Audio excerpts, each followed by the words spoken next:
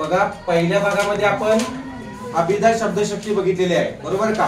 कालच्या भागामध्ये आज आपण पुढचे भाग पाहणार आहोत, लक्षणा शक्ती आणि व्यंजना शक्ती. आपण कोणतं प्रकरण पाहतोय? शब्दांच्या शक्ती, बरोबर का? आता या शब्दांच्या शक्तीमध्ये अभिधा शब्दशक्ती काल आपण बघितलेली आहे. अभिधा शब्दशक्तीचे 3 प्रकार कोणते? योग अभिधा, रूढ अभिधा आणि योगरूढ अभिधा. योग अभिधा कसे असते सांगा? योग अभिधा मध्ये काय होतंय? व्युत्पत्ती सांगता येते, म्हणजे उगमस्थान. व्युत्पत्ती म्हणजे उगमस्थान योग अभिधा मध्ये. म्हणजे मूळ शब्द तो कुठून आला, कसा निर्माण झाला ते आपल्याला सांगता येते. उदाहरणार्थ दाखल एका दुसरा शब्द सांगा. गंगेय, राधेय, संपादकीय, राजकीय, है ना, कौंतेय, हे शब्द येते लक्षात. पुढच्या आता रूढ अभिधा. रूढ अभिधा मध्ये सांगा. व्युत्पत्ती सांगता येत नाही, पण रूढी परंपरेने अर्थ घेता येतो. मग उदाहरणार्थ झाड असेल, माती, कपाळ, टेबल, खुर्ची, झाड, पंखा, अश्व. आणि मग योगरूढ अभिधामध्ये कसं? रूढीने अर्थही प्राप्त झालेला असतो आणि व्युत्पत्तीही सांगता येते. दोन्हींचं कॉम्बिनेशन असतं एकत्र. उदाहरण दाखल सांगा. सर्प, पंकज, शिक्षक, अंबुद, जलज, खग. ओके, म्हणजे तुम्हाला अभिधा शब्दशक्ती समजली. सरळ समाजमान्य अर्थ, मी एक कुत्रा पाहिला, बाबा गावाला गेले, अशा प्रकारची वाक्य जी असतात ती काय असतात? अभिधा शब्दशक्तीने नटलेली असतात लक्षात. आणि लक्षणामध्ये तसं नाही, लक्षात वेगळा अर्थ घ्यावा लागतो. व्यंजनामध्ये टोचून किंवा टोमण्यात बोलावं लागतं. येते ना लक्षात? आज आपण लक्षणा शब्दशक्ती बघूया.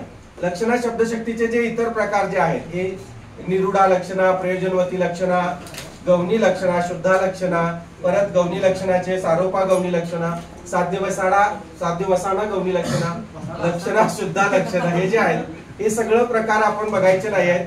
कारण सरळ सेवेला किंवा इतर पोलीस भरतीला किंवा इतर परीक्षांना MPSC ची परीक्षा सोडून नाही आहेत. तुम्हाला फक्त वरवरचं आहे ते आपण बघायचं आहे. फक्त लक्षणा शक्ती म्हणजे काय आणि त्याच्याशी निगडीत असणारे उदाहरणं आपण बघायचे आहेत. काल आपण अभिधा शब्दशक्तीचं पूर्ण बघितलेलं आहे. आज आपण लक्षणा शब्दशक्ती बघायची आहे. बघा, लक्षणा शब्दशक्तीची व्याख्या काय आहे सांगा. मूळ अर्थाला बाधा येऊन त्याच्याशी सुसंगत असा दुसरा अर्थ आपल्याला लक्षात घ्यावा लागतो, तेव्हा त्या शब्दशक्तीला काय म्हणतात? लक्षणा शब्दशक्ती. मूळ अर्थाला बाधा येतो, मूळ अर्थाला बाधा येऊन त्याच्याशी सुसंगत असा म्हटलेला आहे. बघा, लक्षार्थ व्यक्त करणाऱ्या शब्दशक्तीला लक्षणा शब्दशक्ती असे म्हणतात व त्या शब्दाला लाक्षणिक शब्द असे म्हणतात. लक्षात घ्या, याचं दुसरं नाव जे आहे बघा लक्षणा शब्दशक्तीचं, उपचार व भक्ती ही दुसरी नाव आहेत दोन, ती सुद्धा लक्षात ठेवा. ठीक आहे. आता बघा उदाहरणार्थ बघा, यमुनेवर ताजमहाल आहे. आता यमुनेवर ताजमहाल कसा असेल? लक्षात काय घ्यायचं आहे? यमुनेच्या काठावर आहे. यमुनेवर ताजमहाल ठेवला तर काय होईल? बुडेल ना पाण्यात. आणि कसं बांधणार? पुढे बघा, तो शुद्ध गाढवच आहे. आता तो शुद्ध गाढव असतो का? आपण म्हणतो हे गाढवा, असं का बोलतोस? हे मूर्खा असं म्हणतो ना, हे रेड्या असं म्हणतो बघा. मग शुद्ध तो रेडा असतो का? शुद्ध गाढव असतो का? नाही, तो शुद्ध गाढवच आहे. म्हणजे लक्षात काय घ्यायचं आहे? तो मूर्ख आहे. बरोबर का? मूळ अर्थ लक्षात घ्यायचा नाही, दुसरा अर्थ लक्षात घ्यायचा. लक्षात म्हणजे लक्षणा, लक्षणामध्ये लक्ष हा शब्द आहे बघा. लक्षात घ्यायचा मूळ अर्थ, म्हणजे मूळ अर्थ सोडून दुसरा अर्थ लक्षात घ्यायचा. पंचायत फाळा आकारते. आता पंचायत फाळा आकारते म्हणजे काय रे? पंचायत फाळा कशी आकारेल? फाळा म्हणजे काय? फाळा म्हणजे काय सांगा? घर पाळा, कर, टॅक्स. इन इंग्लिश टॅक्स म्हणतो आपण त्याला. फाळा, सारा, कर, धारा हे समानार्थी शब्द आहेत, लिहून ठेवा. सारा, शेत सारा आहे ना, किंवा त्याला धारा सुद्धा म्हणतात बघा, धारा. किंवा आणखी काय म्हणतात त्याला? पट्टी, पट्टी म्हणतात बघा, पट्टी सुद्धा. पाणी पट्टी, घर पट्टी. कोण आकारतं रे हे? कोण आकारतं सांगा? ग्रामपंचायत. म्हणजेच पंचायत फाळा आकारते. आता प्रत्यक्ष पंचायत फाळा आकारते का? पंचायत येते का अशी चालत हळूहळू? म्हणजे ते येते का? त्या पंचायत समितीतली किंवा ग्रामपंचायतली ती मधली काय माणसं जी असतात ती येतात घरी फळ आकारायला, ग्रामसेवक असेल किंवा नोकर जे असतील त्यातली ते. समजलं? हा. आमच्या घरावरून रोज विमान जाते. शक्य आहे का ते? जर घरावरून रोज विमान गेलं तर घरचं काय होईल? काय राहील घरातलं? म्हणजे समजून काय घ्यायचं आहे, लक्षात काय घ्यायचं आहे? घरात समोरून गेली. मी कुसुमाग्रज किंवा नेमाडे वाचला, समोरून गेली. विमान समोरून, घरात समोरून जाते ना? जाते नाही, घरावरून जाते, म्हणजे अगदी खूप अंतरावरून जाते. हा. रेल्वे समोरून.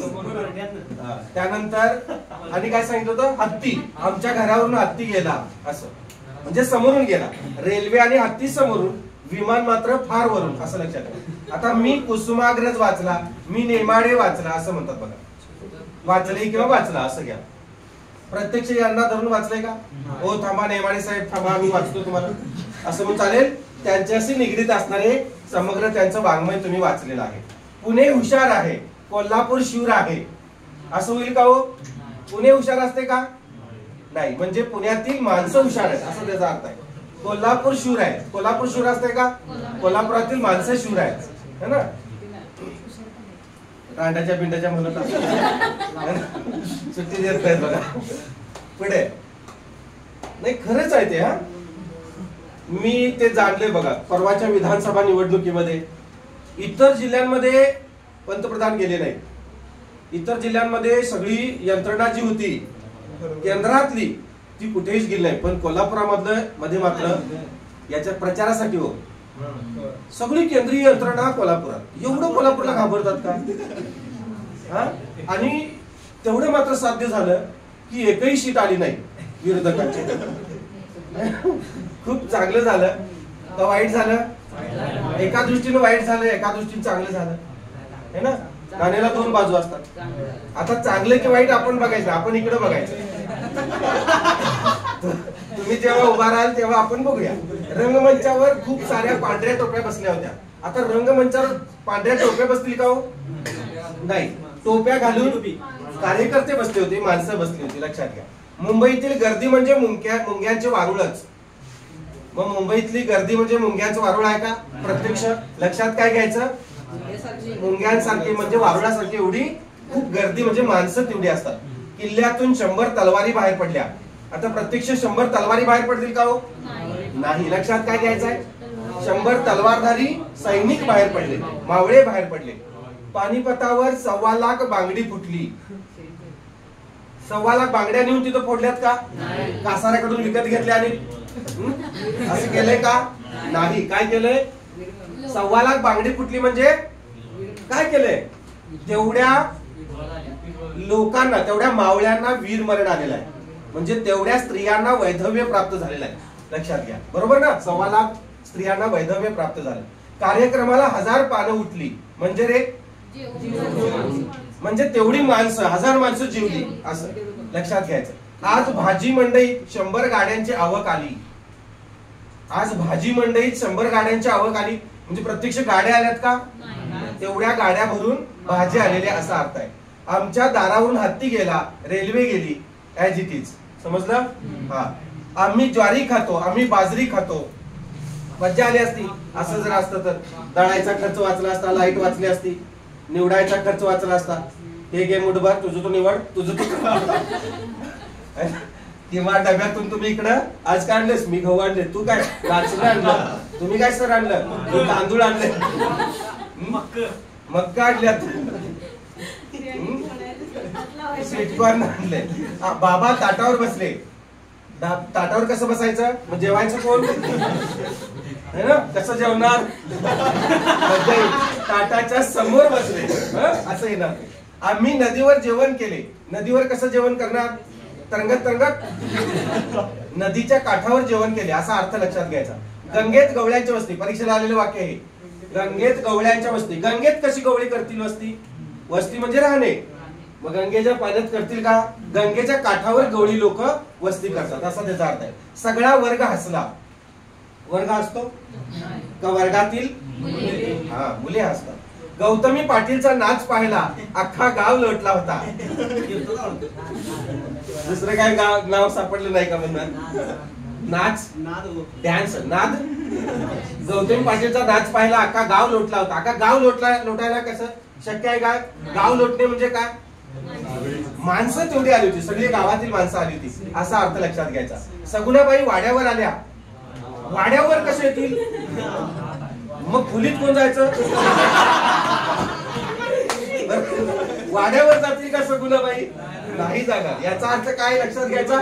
त्या वाड्यात गेल्या असं. पुढे मना झाली दैवते माहितात, हे परीक्षेला आलेलं वाक्य आहे. म्हणजे आई वडील दैवता समान असतात असा त्याचा अर्थ घ्यायचा. लक्षात घ्या, परीक्षेला सारखं येते परीक्षेला. मना झाली दैवते माहितात आणि ते गंगेत गवळ्यांच्या वस्ती हे करते. लक्षात घ्या. पंचायत फाळा करते डबल झालेला आहे. ठीक आहे, असो. समजलं तुम्हाला? लक्षणा शब्दशक्तीतली उदाहरणं. आता लक्षणा शब्दशक्तीमधील काव्य बघा. काही काव्य असतात, त्या काव्यातून आपल्याला लक्षणा शब्दशक्ती कशी प्रकट होते. काही परीक्षांना, पोलीस भरतीला सुद्धा, सरळ सेवेला सुद्धा काही काव्य आलेले आहेत आणि ती काव्य तुम्हाला इथं बघायचं आहे. हे प्रश्न हा प्रश्न जो आहे बघा, पहिलंच वाक्य हे सारखं परीक्षेला येते. गायी पाण्यावर का म्हणून गेल्या, काग गंगा यमुनाही मिळाल्या. कवी बी म्हणजे कोण? नारायण मुरलीधर गुप्ते. लक्षात ठेवा. बी सिक्रेट, गुप्त म्हणजे सिक्रेट, बी सिक्रेट लक्षात ठेवा. कवी बी नारायण मुरलीधर गुप्ते. मी तुम्हाला सगळ्या क्लुप्त्या सांगणार आहे, तरी सुद्धा इथं लक्षात ठेवा. माझी कन्या नावाची त्यांची कविता आहे, नारायण गुप्ते यांची. कवी बी, कवी अनिल है ना, कवी कुसुमाग्रज, हे जे कवी आहेत सगळे त्यांचे टोपण नाव वगैरे सगळे मी तुम्हाला स्पष्ट करून सांगणार आहे. बघा, हे कवी बी जे आहेत यांची ही कविता आहे. गायी पाण्यावर काग काय म्हणून आल्या, काग गंगा यमुनाही मिळाल्या. आता हे प्रत्यक्ष गंगा यमुना मिळतील का? नाही. वेगवेगळ्या नद्या आहेत. गायी पाण्यावर काय म्हणून आल्या म्हणजे तिच्या रडण्यात, याच्यातून लक्षात काय घ्यायचं आहे?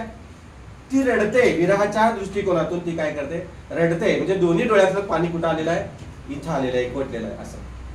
दोन्ही डोळ्यातून आता की नाही पाणी, आणि एकत्र कुठे येतं? इथं येते गळ्याजवळ. काही वेळ इकडे जाते असं, पश्चिमेला पूर्वेला असं जात नाही. बघा, मुख्यार्थ गायी पाण्यावर येणे आणि लक्षार्थ काय? रडू येणे. दोन्ही डोळ्यातून अश्रू अनवटेवर एकत्र येते असे. समजलं? हा, हे लक्षात असं घ्यायचं. बघा, भिंत कचली खलतून कांब गेला, जुनी पडकी उद्ध्वस्त धर्मशाळा, तिच्या कौलारी बसूनी पारवातो, खिन्न निरस एकांत गीत गातो.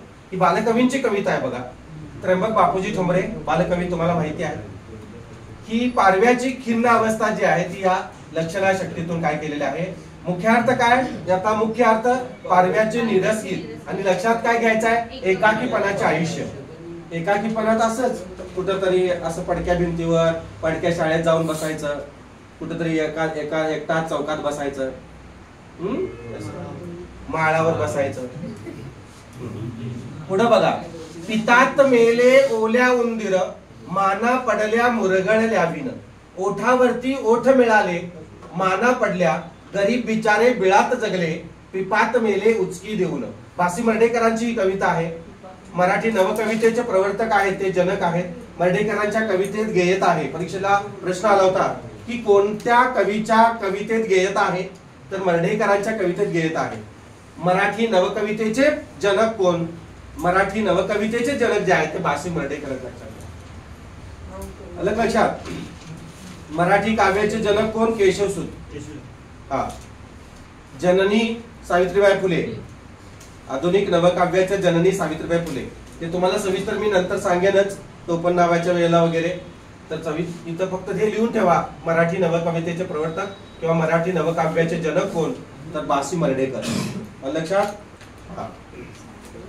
पुढे बघा, मुख्यार्थ गरीब बिचारे उंदीर आणि लक्षात काय घ्यायचं आहे? निरर्थक जीवन आहे.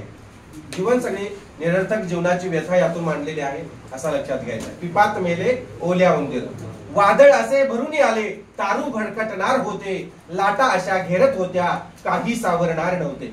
हरपून जावे भलतीकडेच, इतके उरले नव्हते भान, करपून गेलो असतो इतके, पेटून आले होते रान. कवी अनिल म्हणजे कोण? अनिल आत्माराम रावजी देशपांडे. कवी अनिल, कवी बी, तो पण नाव ही सारखी परीक्षेला विचारतात, लक्षात घ्या. बाळ सीताराम मर्ढेकर. बासी मर्ढेकरांचं पूर्ण नाव बाळ सीताराम मर्ढेकर. आत्माराम रावजी देशपांडे यांची ही कविता आहे, कवी अनिलांची. मुख्यार्थ काय, आणीबाणीची परिस्थिती आहे. आणि लक्षार्थ काय घ्यायचा आहे, संकटाशी सामना करण्यासाठी केलेला आटापिटा. आपण कोरोना सारखे संकट आलं होतं बघा, तेव्हा किती आटापिटा केला आपण, खूप त्रास सहन केला, बरोबर ना. काही जणांना खायला मिळालं नाही, प्यायला मिळालं नाही, पाणी मिळालं नाही, सरळ खायला मिळालं नाही, खूप त्रास झाला बघा. काही जण असेच गेले ना. पुढे बघा, लक्षणेतील काही वैशिष्ट्यपूर्ण उदाहरणे. डॉक्टर कलाम गेले आणि संपूर्ण भारत शूलसागरात बुडाला. आता संपूर्ण भारत कसा काय शूलसागरात बुडेल? शूल म्हणजे काय रे, दुःख. म्हणजे कलाम गेले आणि भारत दुःखाच्या सागरात गेला का? भारत म्हणजे कोण, इथे काय लक्षात घ्यायचं आहे, शूल म्हणजे दुःख, भारतातील लोक. लक्षात काय घ्यायचं आहे, संपूर्ण भारतातील लोकांना दुःख झाले असा. आणि मुख्यार्थ शूलसागर. आता याच्याही पुढे जाऊन तुम्हाला विचारतील की मुख्यार्थ ओळखा, लक्षार्थ ओळखा. लक्षार्थ हे असं संपूर्ण भारतातील लोक, लक्षार्थ तुम्हाला लक्षात येईल. पण मुख्यार्थ म्हणजे मुख्य, मूळ अर्थ काय, शूलसागर. आणि शूलसागर म्हणजे दुःखाच्या सागरात असं. यंदा G20 परिषदेत भारताने नेतृत्व केले. आता भारताने नेतृत्व केलं का भारतातल्या प्रतिनिधींनी?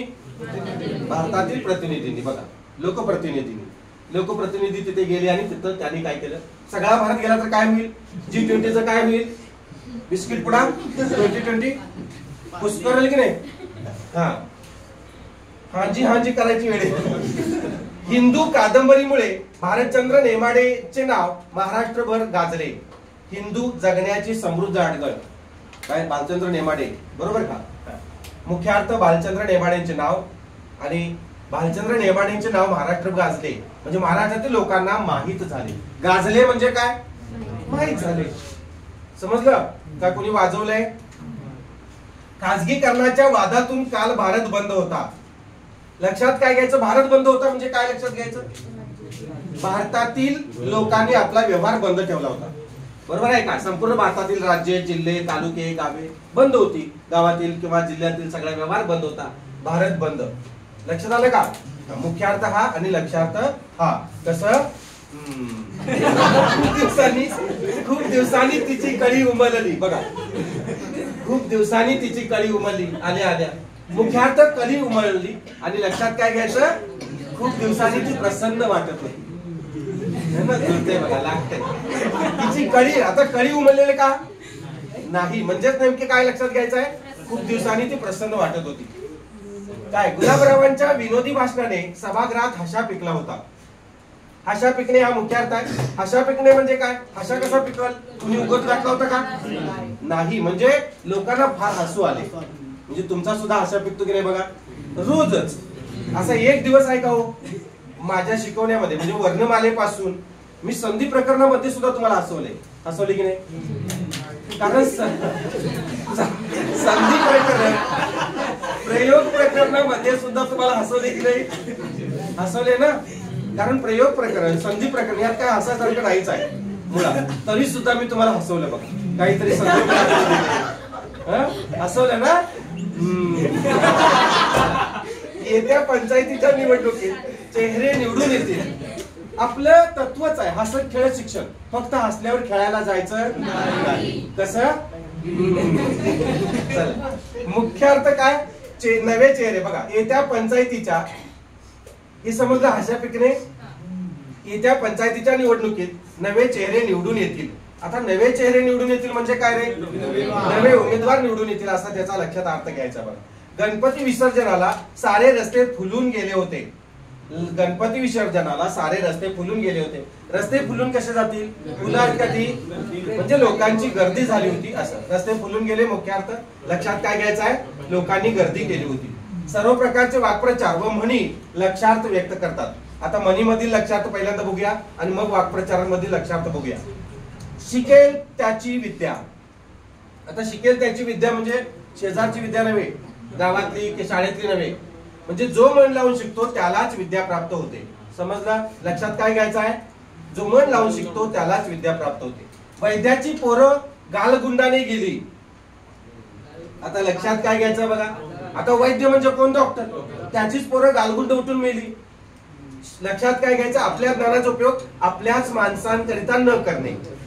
यानं डॉक्टरनं काय केलं, स्वतःच्या ज्ञानाचा उपयोग केला का पोरांसाठी? लक्षात काय घ्यायचं आहे, आपल्या ज्ञानाचा उपयोग आपल्याच मुलांसाठी किंवा आपल्याच माणसांसाठी करायचा नाही. म्हणजे वैद्याची पोरं गालगुंडाने गेली, समजलं? जर त्याने उपचार केला असता गालगुंडाने गेली नसती. पुढे बघा, मेलेल्या म्हशीला मनभर दूध. मेलेल्या म्हशीला मनभर दूध काय अर्थ घ्यायचा लक्षात? मनुष्य मरण पावला की त्याचा गुणगौरव अतिशयोक्तीपणाने करतात. बघा, एखादा माणूस मेला की इतका गुणगौरव गातात, असा होता तसा होता, खूप छान होती.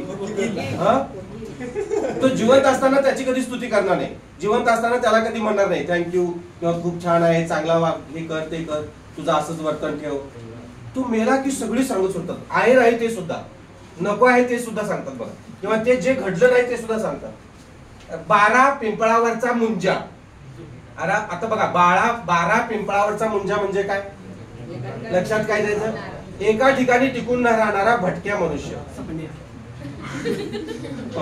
ठीक आहे, समजलं? पुढे बघा, कानात बुगडी गावात फुगडी. कानात बुगडी गावात फुगडी म्हणजे काय? आपल्या जवळच्या थोड्याशा संपत्तीचे प्रदर्शन करणे.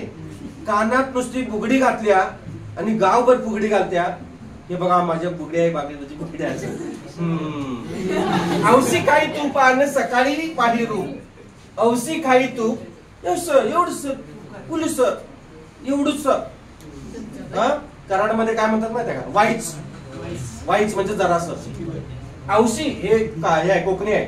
औसी खाई तूप आणि सकाळी पाही रूप, बरोबर ना? का औषध म्हणजे थोडस तूप खाते आणि सकाळी रूप पाहते. अतिशय उतावळपणाची कृती करणे. लक्षात काय घ्यायचं आहे? अतिशय उतावळपणाची कृती करणे. गाढवाच्या पाठीवर साखरेची गुणी. आता हे जर असं असेल तर लक्षात काय घ्यायचं आहे? अनुकूलता असूनही तिचा उपयोग न करणे. गाढवाच्या पाठीवर साखरेची गुणी असून तिला खाता येते का? त्याला काय उपयोग आहे सांगा? म्हणजे अनुकूलता असूनही तिचा उपयोग न करणे असा त्याचा अर्थ आहे. लक्षात. पुढे बघा, काशीत मल्हारी महात्म्य म्हणजे काय रे? काशीत मल्हारी महात्म्य म्हणजे काशीला गेल्यावर काय करायचं आहे? आंघोळ करायची. गेलेला असतो घरात करत नाही. काशीत मल्हारी महात्मा. काही पण करून चालेल का? नको त्या ठिकाणी काही पण करून चालतंय का? नाही. हे ते थुंकू नये म्हणजे की तिथंच थुंकतात. म्हणजे काशीत मल्हारी. घातलीत काशीत म्हणतात माणसं म्हणतात बघा, घातलीच काशीत, केली काशीत. इथं काय लिहिलं आहे? थुंकू नको. तू थुंकलास, काशी केलीस का नाही सांग? बरोबर का? मुंगी होऊन. आता वाक्प्रचार बघा, वाक्प्रचारामध्ये लक्ष द्या बघा. मगाशी आपण लक्षर ह्याच्यामध्ये म्हणींमधील बघितलं, आता वाक्प्रचारांमधील बघूया. मुंगी होऊन साखर खाणे. वाक्प्रचार कशा असतात? शेवटी ने ने ने असतात, बरोबर आहे का? हा. मुंगी होऊन साखर खाणे म्हणजे काय रे? विनयशीलपणाने चांगल्या गोष्टी साध्य करणे. विनयशील म्हणजे नम्रपणाने, बरोबर का? उद्धटपणाने कोणती गोष्ट साध्य होते का? माणसं सरळ म्हणतात तू शान नाहीस, तू लय उद्धट आहेस, मूर्ख आहेस, तू तुझ्या नादाला कोण लागेल बाबा. पण तेच जर नम्र राहिलं तर हळद लागणे. हळद लागली. हळद लागणे म्हणजे काय? वैवाहिक विधी संपन्न होणे. लागली बाबा एकदाशी हळद असं म्हणतात. लक्षात काय घ्यायचं आहे? आणि घेतला लागल्या चांगला आहे. 18 गुणांचा खंडोबा. हे लक्ष द्या, 18 गुणांचा खंडोबा परीक्षेला आलेला आहे. 18 गुणांचा खंडोबा म्हणजे कोण बघा? लबाड मनुष्य.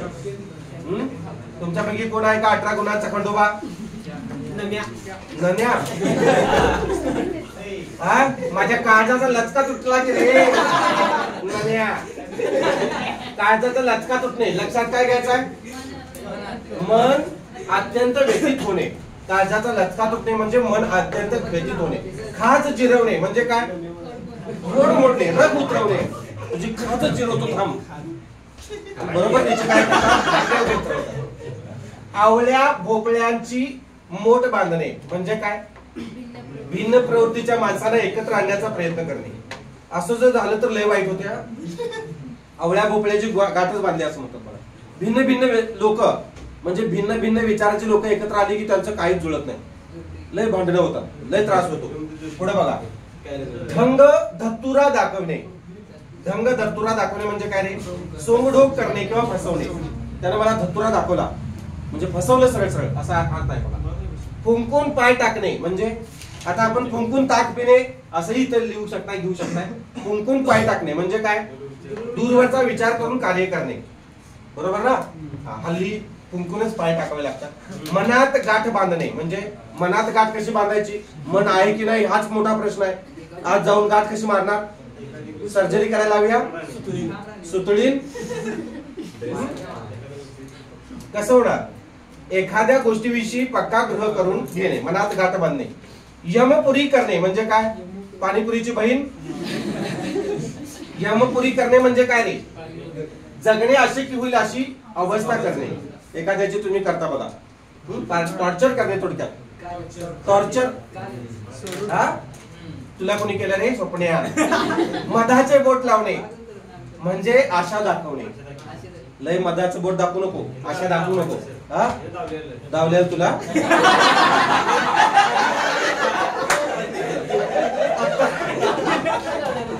आता सरळ सरळ म्हणतो एवढं दावलं. पुढे बघा, अत्तराचे दिवे जाणे म्हणजे काय रे? हे लक्ष द्या. अत्तराचे दिवे जाणे म्हणजे काय? खूप उधळपट्टी करणे. अत्तराचे दिवे जाणे हे सगळे परीक्षेला आलेले वाक्प्रचार आहेत, लक्ष द्या. दातांच्या कण्या करणे म्हणजे काय रे? दातांच्या कण्या करणे म्हणजे काय? खूप बोलावे लागणे. मी आता तुमच्यासाठी बघा दातांच्या कण्या करतोय, खूप बोलतोय, खूप सगळं समजून सांगतोय, आहे ना? तसं. पुढे आता बघा व्यंजना शक्ती. लक्षणा शक्ती समजली? समजली का लक्षणा शक्ती? हा ठीक आहे. आता व्यंजना शक्ती. व्यंजना शक्तीची व्याख्या काय बघा? शब्दाला रूढ असणाऱ्या पारंपरिक अर्थाबरोबर सूचित अर्थ देखील प्रकट करणाऱ्या शब्दशक्तीस काय म्हणतात? शब्दशक्ती. व्यंजना शब्दशक्ती असे म्हणतात. रूढ अर्थाला पारंपरिक अर्थाबरोबर सूचित करणाऱ्या अर्थ देखील काय करतात? प्रकट करणारे शब्दशक्तीस व्यंजना शब्दशक्ती असे म्हणतात. शब्दाच्या मूळ अर्थाला किंवा मुख्य अर्थाला बाधा न आणता वेगळा अर्थ किंवा दुसरा अर्थ, एकापेक्षा अधिक अर्थ व्यक्त करणारी शब्दाची जी शब्दशक्ती आहे त्याला व्यंजना शब्दशक्ती असे म्हणतात. बघा, व्यंजना शब्दशक्तीबद्दल महत्वाच्या गोष्टी ज्या आहेत त्या आपण इथं फक्त वाचून घेऊया. व्यंजना शब्दशक्तीद्वारे प्रकट होणाऱ्या अर्थास व्यंगार्थ असे म्हणतात, बरोबर आहे का? किंवा ध्वन्यार्थ सुद्धा म्हणतात. लक्षात, तुम्हाला सारखा परीक्षेला प्रश्न येतो तो. व्यंजना शब्दशक्तीद्वारे प्रकट होणारा व्यंगार्थ समजण्यासाठी कल्पना शक्तीची आवश्यकता असते. व्याकरणामध्ये व्यंगार्थालाच ध्वन्यार्थ असे म्हणतात. व्यंजना शब्दशक्तीत ध्वनीला महत्व असते. व्यंजन वापरामुळेच काव्यामुळे पद्यामध्ये रमणीयता येते.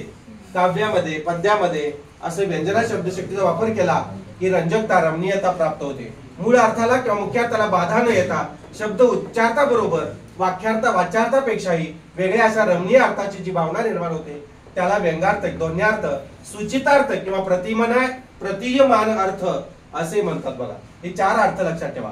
व्यंगार्थ, ध्वन्यार्थ, सूचितार्थ किंवा प्रतीयमान अर्थ. प्रतीयमान अर्थ कोणत्या शब्दशक्तीतून प्रकट होतो?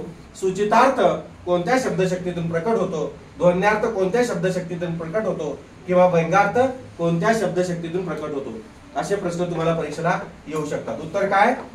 व्यंजना शब्दशक्ती. अर्थात व्यंजना शब्दशक्तीमुळे मुख्यार्थाबरोबरच जे एकापेक्षा अधिक अर्थाची प्रतीती किंवा प्रचिती म्हणजे अनुभूती वाचकाला किंवा श्रवणकर्त्याला यावी लागते अशा अर्थाला प्रतीयमान अर्थ असे म्हणतात. पद्याला किंवा काव्याला प्रभावीपणा आणण्यासाठी व्यंजना शब्दशक्तीचा वापर केला जातो. व्यंजना शब्दशक्तीला सूचना असे म्हणतात. बघा, काय म्हणतात? सूचना असे. व्यंगार्थ, ध्वन्यार्थ, सूचितार्थ, सूचकता असलेले काव्य श्रेष्ठ व अधिक प्रभावी किंवा परिणामकारक होते. व्यंजना शब्दशक्ती ज्या शब्दाद्वारे प्रकट किंवा व्यक्त होते त्या शब्दाला काय म्हणतात? व्यंजक असे म्हणतात. आता याची उदाहरणं बघूया आपण. अजून उदाहरणं आहेत बघा. आता उदाहरणं बघा. समाजात वावरणारे असले साप वेळीच ठेचले पाहिजे. आता प्रत्यक्ष आपण सापाला ठेचायचं आहे का? नाही. व्यंगार्थाने बोललोय आपण. साप प्रवृत्तीची म्हणजे वाईट वृत्तीची लोकांच्या आयुष्यामध्ये विष पेरणारे लोक त्यांना म्हटलेलं आहे. प्रत्यक्ष सापाला म्हणायचं नाही. वेगळा सूचकार्थ, सूचित अर्थ काय घ्यायचा आहे?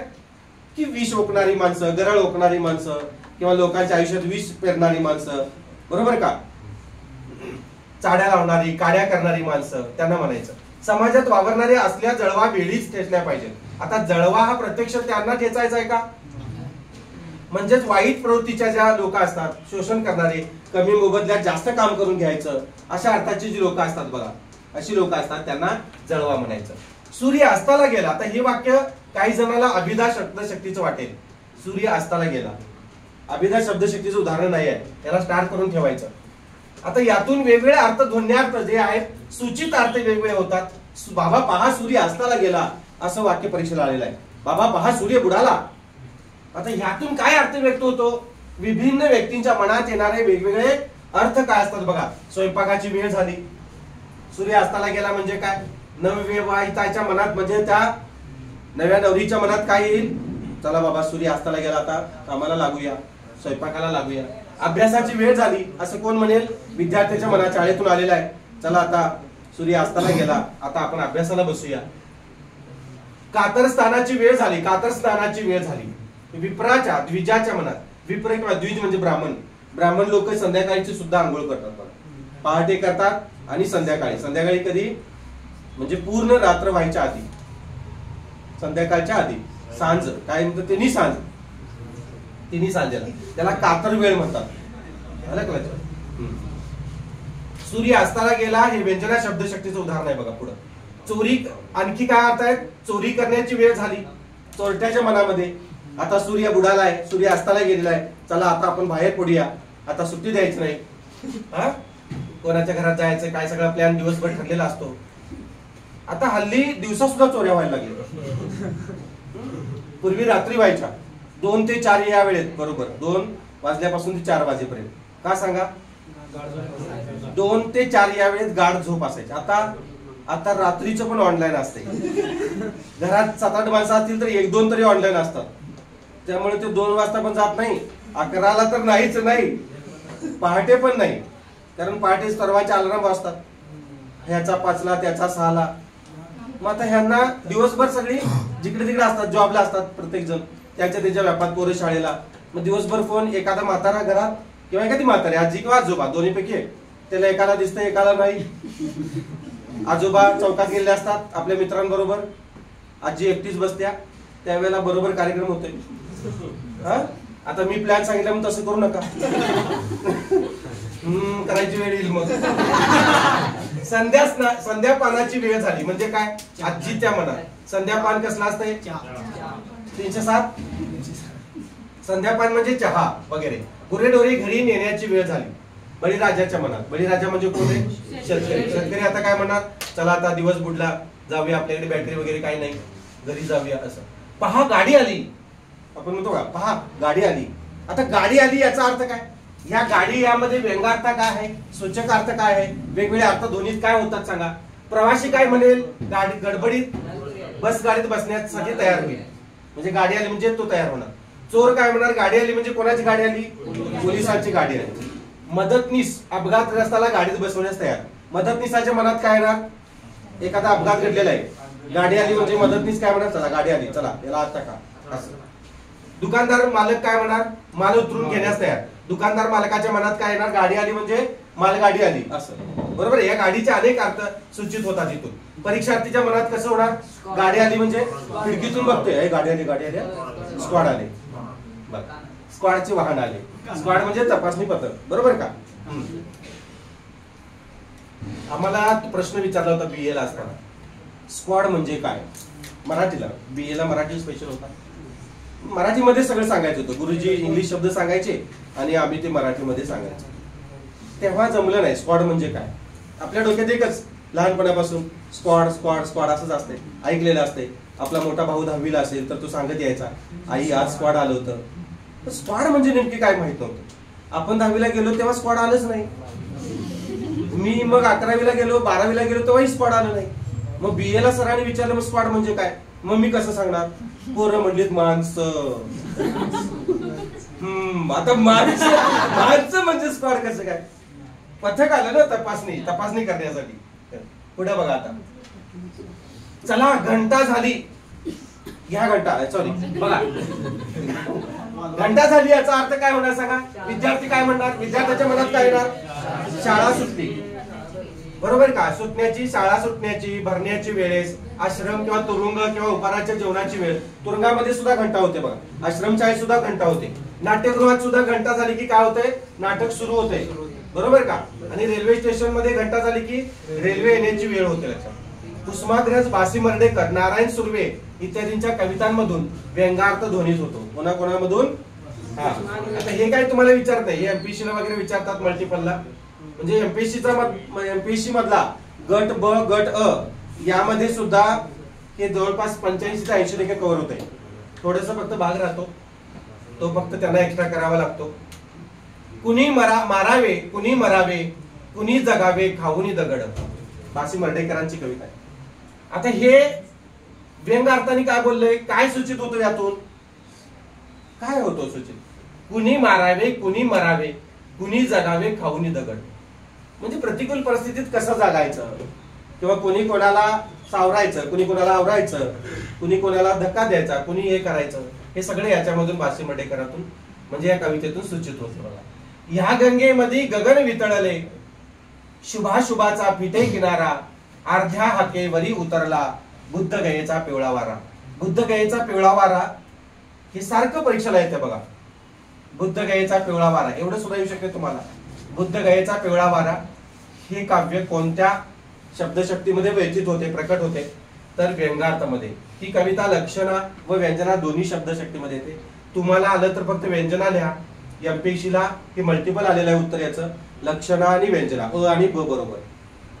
तुम्ही फक्त काय लिहायचं आहे, अ ब वगैरे असं असेल तर लक्षणा आणि व्यंजना लिहा, दोन्ही मध्ये लिहा. नुसतं अ ब कडा असेल तर काय लिहा, व्यंजना. कारण हे उदाहरण लक्षणामध्ये दिलंय का मी? म्हणजे यातून लक्षार्थ पण व्यक्त होतो आणि सूचित अर्थ वेगवेगळ्या ध्वनी सुद्धा प्रकट होतात, म्हणून व्यंगार्थ सुद्धा व्यंजना शब्दशक्ती राहील लक्षात. ही सुद्धा बासी मर्ढेकरांची कविता आहे बघा. आता इकडे बघा, म्हणजे त्यातले लक्षात काय घ्यायचं आहे? पिवळा म्हणजे पीत, बुद्ध भिक्षूंनी परिधान केलेले पिवळे वस्त्र. पिवळा वारा म्हणजे काय? पिवळे वस्त्र लक्षात घ्या, पितांबर. व्यंगार्थ ध्वन्यार्थ पिवळा वारा म्हणजे बुद्ध भिक्षूंचे पिवळे वस्त्र, बुद्धाच्या अडिस्थानाचे पवित्र झालेली बुद्ध गया, गंगा नदीवरून वाहणाऱ्या वाराने निर्माण झालेले पवित्र वातावरण, हे सगळा त्याचा अर्थ आहे. सगळं लक्षात घ्यायचा अर्थ आहे, ध्वनीत घ्यायचा अर्थ आहे, सूचित करण्याचा अर्थ आहे बघा. झाकळुनी जळ गोड, काळीमा पसरी लाटांवर, पाय टाकुनी जळात बसला असला औदुंबर. तुम्हाला फक्त हीच ओळ येते बघा, एवढीच ओळ येते परीक्षेला. हे सगळे येत नाही, मी हे अतिरिक्त तुम्हाला दिलेलं आहे. पाय टाकुनी जळात बसला असला औदुंबर. ही औदुंबर, बुद्ध गयेचा पिवळा वारा अशी जर वाक्य आली तर ती व्यंजना शब्दशक्ती उदाहरणं, तर तुम्ही व्यंजना शब्दशक्ती लिहायचं बघा. आलं लक्षात? हा, ही कविता लक्षणा व्यंजना या दोन्ही मध्ये सुद्धा येते. एमपीएससी ला हे दोन्ही उत्तर आहेत. औदुंबर नावाची, ती बुद्ध गयेची, ही दोन्ही मध्ये येतात. तुम्हाला फक्त अब असेल, मल्टिपल असेल तर दोन्ही, आणि फक्त व्यंजना असेल, अबकड असेल तर व्यंजना राहील लक्षात. ही बालकवींची कविता आहे, ती बासी मर्ढेकरांची आहे बघा. संपूर्ण कीचकवध नाटक अर्थी व्यंजनेचे उदाहरण आहे. शाब्दी व्यंजन आणि अर्थी व्यंजन असे दोन प्रकार आहेत. तर अर्थी व्यंजनाचं कीचकवध नावाचं प्रकार हे आहे बघा. नाटक जे आहे ते सुद्धा अर्थी व्यंजनेचं आहे. आधीच नव्हते काही, आता आई देखील नाही, अश्रूंना घालीत अडसर, जागत होतो रात्रभर, झालो पुरते कलंदर. कलंदर नावाची कविता आहे नारायण सुर्वेंची, त्यामध्ये सुद्धा व्यंगार्थ सूचित होतो बघा. हे लक्षात ठेवा. झालो पुरते कलंदर एवढंच तुम्हाला वाक्य येते, प्रश्न येतो. आणि हे कोणत्या शब्दशक्तीचं उदाहरण आहे? तर तुम्ही व्यंजना शब्दशक्तीचं लक्षात ठेवायचं. ही कुसुमाग्रजांची कविता आहे. गगनापरी जगावे, मेघापरी उरावे, तीरावरी नदीच्या गवतापरी उरावे. हे लक्षात ठेवा. ही आपण यमक अलंकारासारखं ही जी कुसुमाग्रजांची कविता आहे बघा, है ना. उरावे, उरावे, जगावे आहे ना, जगावे, उरावे, यमुना, हे कुठलं यमक अलंकार असं. ऑफिस मधील कर्मचारी म्हणाला, आज रविवार आहे म्हटलं. व्यंजना शब्दशक्तीचं उदाहरण आहे. व्यंगार्थ ध्वन्यार्थ म्हणजेच विश्रांतीचा दिवस. त्याचा विश्रांतीचा दिवस आहे, तरी सुद्धा साहेबांनी त्याला कामावर बोलवलेला आहे. आणि हा टोचून टोमण्यात काय बोलायलाय? साहेब सारखंच काम सांगायला लागलाय. याला भूक लागली तरी साहेबांचं लक्ष नाही, जेवायला सोडना. मग तो हातात फायली घेतो, जाता म्हणतो आज रविवार आहे म्हटलं. मग साहेब समजून गेला. गेला का? म्हणजे टोमण्यात बोलला ना तो. तुम्ही बोलता की टोमण्यात. घड्याळात सायंकाळचे 5 वाजले, हे सुद्धा व्यंजना शब्दशक्तीचे उदाहरण आहे. यातून काय सूचित होतात? व्यंजना म्हणजे सूचित. यातून काय सूचित आहे बघा, काय सूचित होतो, कोणता अर्थ सूचित होतो यातून? घड्याळात सायंकाळचे 5 वाजले. मुलं काय म्हणणार? शाळा सुटली. आजी काय म्हणेल, चहा पाण्याची वेळ झाली. आता आजी ही सुनेकडे बघून म्हणेल, चला बाबा आता 5 वाजले बाबा. सून झोपलेली असते. सासू काय म्हणणार, अचानक, बाई बाई बाई 5 वाजले बाई, कधी वेळ निघून गेली कळालंच नाही. मग तिच्या कानावर हे शब्द पडणार, ती उठणार आणि कामाला लागणार. का, अहो यायची वेळ झाली. बरोबर, पोरं शाळेतून घरला यायची वेळ झाली. बरोबर ना, सासरे कामावरून शेतावरून यायची वेळ झाली, चहा पाण्याची वेळ झाली, स्वयंपाकाला लागायची वेळ झाली, जळण काटूक आणायची वेळ झाली. बरोबर ना, नको संध्याकाळच्या चुलीला जळण काटूक नको. सगळं असं समजलं. इथं शब्दाच्या शक्तीचे जे 3 प्रकार आहेत ते संपतात. कोणते कोणते? अभिधा, लक्षण आणि व्यंजना. अभिधा शब्दशक्तीचे 3 प्रकार आहेत, उपप्रकार. कोणते? योगाभिधा, रूढाभिधा, योगरूढाभिधा. पुन्हा एकदा मला उजळणी वजा सांगा. अभिधा शब्दशक्ती कशी होते? सरळ समाजमान्य अर्थ, वेगळा अर्थ लक्षात घ्यायचा नाही. लक्षणा शब्दशक्तीमध्ये काय होते सांगा? लक्षणा शब्दशक्तीमध्ये सांगा, वेगळा किंवा दुसरा अर्थ लक्षात घ्यावा लागतो. बरोबर का? आणि व्यंजना शब्दशक्तीमध्ये सांगा, लक्षणा झाला तर व्यंजना.